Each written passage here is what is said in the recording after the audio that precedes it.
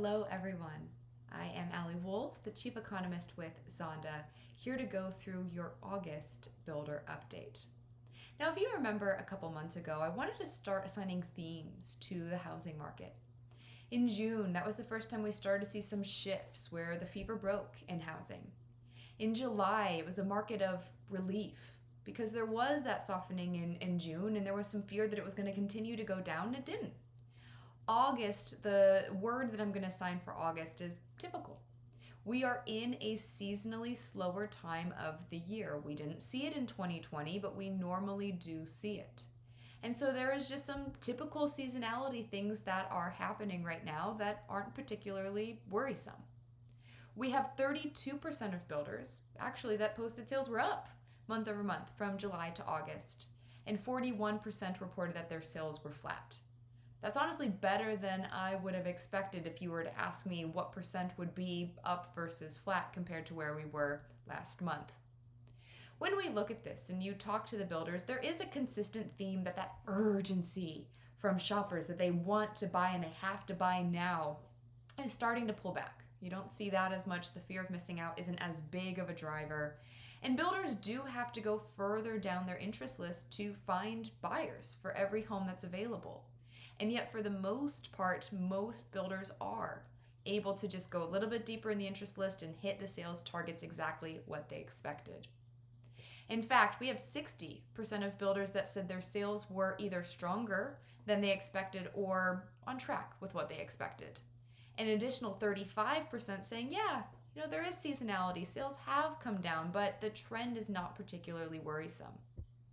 The challenge becomes, and this has been a lingering problem for the housing market, is trying to determine what's actually going on. What's the underlying demand? How much of it is seasonality? How much of it is community count? How much is it a change in what consumers are thinking about in the market? What we do know is that 76% of builders continue to intentionally adjust their sales. Remember, this can come in three main forms: stop selling completely, only sell a certain number of homes per month, or only sell homes at a certain stage of construction. And it seems that selling once you get past framing is the most common option. At that point, you have a pretty good handle of the costs and you have a pretty good idea of when that home can actually close. When we do look at sales and we look at the throttling, we expect that over time that will become a thing of the past. As community count goes up, you have more inventory and not every single home is selling that's on allocation. You don't need to continue to put the brakes on overall sales. When we look at pricing, this is a shift that I think is actually for the good. We haven't seen costs run up like they were a few months ago, and as costs have at least stabilized on the builder side, and as there has been a little bit of pushback from consumers on pricing, we saw that 40% of builders in August did not raise their prices compared to July. We actually saw of that 40, there were about 8% of builders that dropped their price. That was 2% last month, so it's gone from 2 to 8%.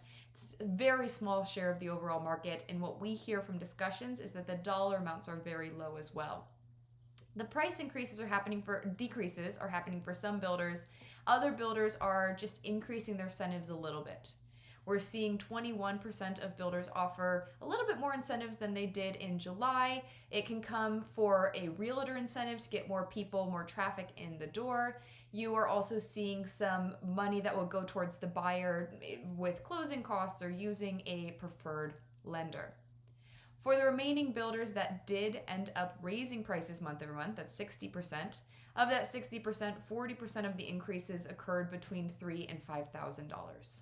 And again, I actually think this is a good thing for the health and the sustainability of the housing market because buyers were getting frustrated. It felt very unsustainable. It felt very feverish where the market was. And so seeing just a little bit more normalcy is good for the overall consumer's state of mind as well. Remember, as we talk to builders each month, we recognize that interest rates remain low, but even as the price increases are not as dramatic, we know that they're still occurring for the most part, and what are builders seeing on the ground as a response? 3 months ago, huge pop in buyer hesitancy. It has leveled off, which is good. It has not come down. We still see buyer hesitancy as the number one concern, but we are seeing just that flattening out.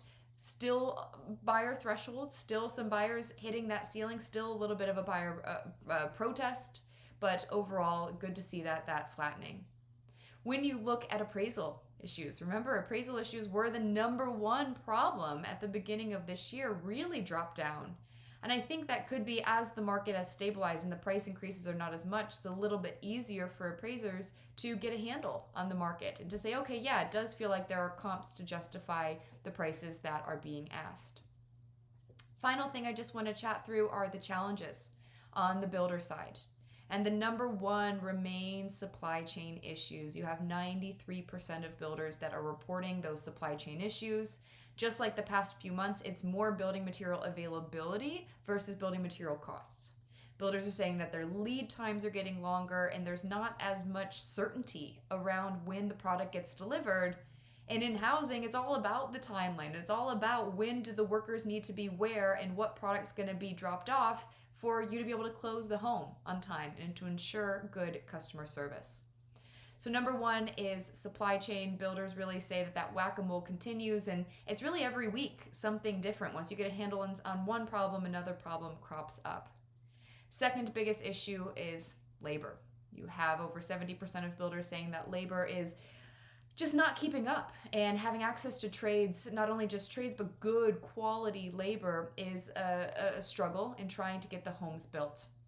What the builders are reporting is that they're trying to ramp up production, but they're finding it's actually hard for their trades to be able to keep up to the same pace. That is all for now. Tim Sullivan and I will be back in September to do our next COVID update. In the meantime, please feel free to go to zondahome.com to learn more. Thank you.